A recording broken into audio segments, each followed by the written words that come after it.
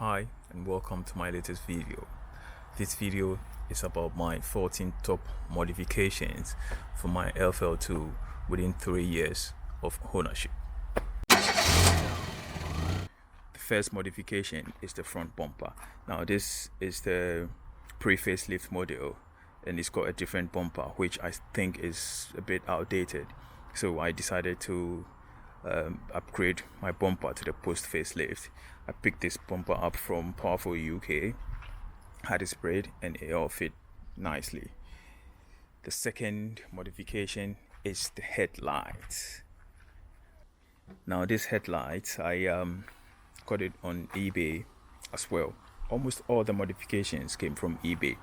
Now unfortunately it's not plug and play. You will have to install an adapter. So what I did is there's this seller on eBay who sort of sells these adapters. I picked it up, installed it. It was pretty much easy to install. It's not that difficult and it all works nicely. It was sunny so you wouldn't be able to see it, sorry about that. 7 LEDs as well.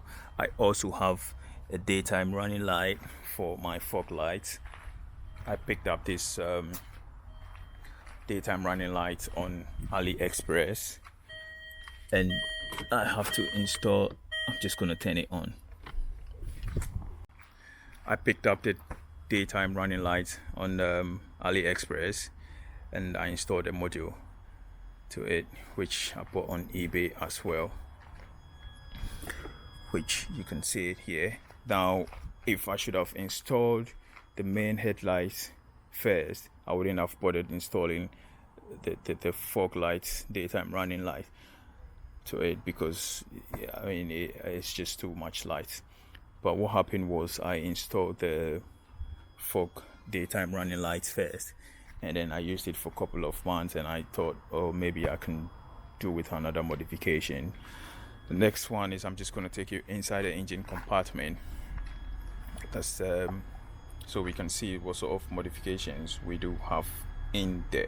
So if you go on Freelander website, the forum, I read a couple of articles about the inlet manifold, the ones with the flaps. Sometimes the flaps do break and then they end up in the engine. So I just took a proactive approach. I bought a used inlet manifold on eBay without a flap, installed it, and it's beautiful. So I sleep well at night knowing I wouldn't have any of those problems. I've also changed my cam belt, which is good. It gives you the peace of mind. Now the most controversial modification, that's the fifth one. That's a TDI tuning box. Now I don't want to open a debate about this, but with my personal experience, I've noticed a significant amount of response. My throttle is very responsive now. I have it on settings 3. You could see from 1, 2, 3, 4, 5. I think between 5 and 6 will be recommended for someone towing a trailer, so you can have a bit more responsive throttle. But 3, it's good for me. Now TDI tuning marketed this product as is capable of increasing your brake horsepower from 150 to 198 and then your torque from 400 Newton meters to 480. My set one is the Webasto fuel heating system, which is great for camping and then also pre-warming the car before I get in during the winter. In camping I could get about 6 to 7 hours of heating, which is excellent, especially when it's freezing. Now I've hooked my fuel burning heater system to a spare battery at the back of the car, which I'm going to talk about later in the video. That's all about it for the front side of mods. I'm just going to take you inside and see the modifications we do have inside. The most obvious one you can see straight away is the Extron unit. Basically it's just like you have an Android in your car. Excellent. It gives you the maps, gives you any other informations you do want to have from your Android unit. Now the next one is from midline to premium highline audio. The SE models do come with a midline but the HSEs, the superior ones, have the high premium audio, which is 14 speakers, and it's beautiful. I mean, it sounds fantastic. So I mean, doing some research on free L2, I realized this modification was within my reach. Picked up the extra speakers, which you can have one here, and then the next one was here, and then also you can see from the rear the pillar speakers as well. It sounds excellent. I really enjoy it on my long drives. With this modification, you need an amplifier, so you need to switch your amplifier from the midline to a higher line amplifier, and it's installed at the trunk, at the boot. So whilst we're talking about the radio, I have a DAB as well. I love my DAB. The reason for upgrading to a DAB was to get the extra channels from like BBC Extra and other channels I couldn't get on the normal FM. The sound quality, I haven't noticed any, it's not much different from the FM. I haven't noticed it, but the ability to have extra stations, my favorite stations on DAB, is just fantastic. One is the HSE seats. This Freelander is an SE model which hasn't got memory seats and armrest, but I do needed an armrest because of my longer journeys. It's just relaxing to have somewhere you could rest your arm for maybe 3-4 hour 5 hour journey. I have these seat covers I had from my old Mercedes C220. I just swapped them and they fit nicely, so I'm well happy with this mod.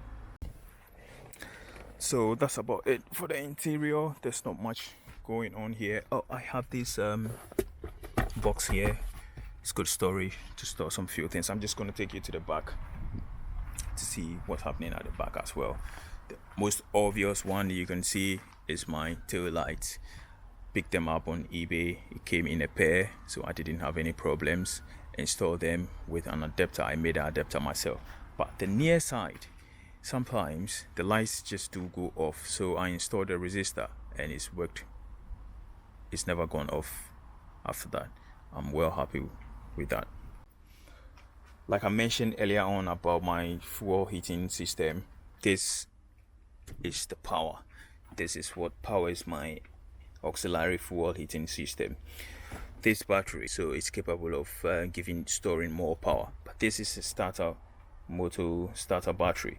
I had this battery spare in my shed, so I just picked it and used it, but it hasn't given me any problem, so I'm not replacing it until I start having less performance from it. So what I did is I've connected it to this Victron power management system, and if I go camping, I just get my app connected to my Victron module, and then I am able to have information about how much battery I'm using, how much power I have left. It's just a great bit of kit for monitoring your batteries, your especially spare batteries. I connected this outlet, this terminal, to my auxiliary battery so I could charge it with my AC charger. The reason is sometimes I don't drive that much to get a full 100% charge on this battery, so I just plug it in. Within a couple of hours it's fully charged. The reason for having those two tiny batteries is to enable them to be tagged precisely under the spare wheel. That's my sensor. That's the sensor for the fuel burner heating system, for the Webasto fuel burner heating system. I need to get some sort of hook here to place it here nicely so it looks a bit professional. You can see the tailgate handle. I changed it to the post facelift one.